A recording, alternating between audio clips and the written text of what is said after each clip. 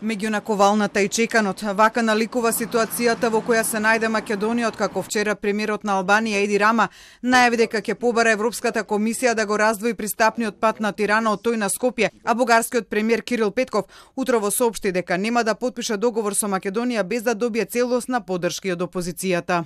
Аз като министър-председател по никакъв начин нямам правото, нито ще се опитвам да направя каквито и да е договорки.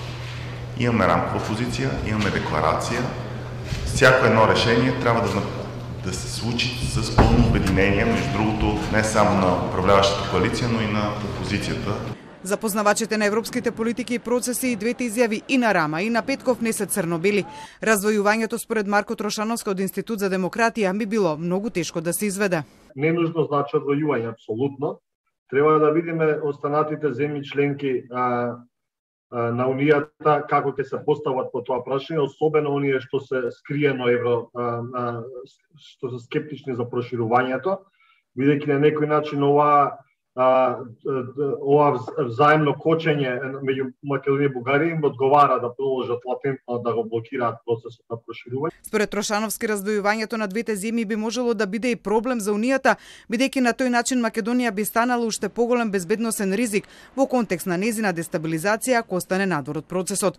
За ставот пак на Петков за договор со Македонија само со општ политички консензус, Трошановски на став дека треба да се види што ќе биде ставено на маса пред бугарските пратеници во контекст на земјава. Како што најави премиерот Петков, тоа е некаков договор за внесување на бугарското малцинство и гарантирање на правата на бугарите во Македонија, како некоја влезна точка. Може би има некаков модус, ако се инсистира на целосен договор по сите прашања кои што одеднаш би дошол пред собранието, очигледно дека шансите се многу мали. За можност Европската комисија преку преговарачката рамка да биде гарант за правата на бугарското малцинство во Македонија, како што најави денеска Петков, Трошановски настав дека можностите и намерите тоа да биде изведено се надвор од разумот, но и од правните рамки во кои што процесот за проширување се движи. За да се случи тоа, Македонија треба да го смени уставот, а за Трошановски неразбирливо е како може некаква преговарачка рамка да го дефинира или гарантира истото. За барањето на Рама денеска со реакција излезе и македонската влада, која е на став дека почетокот на пристапниот процес со двете земји е најдобрата и единствената опција.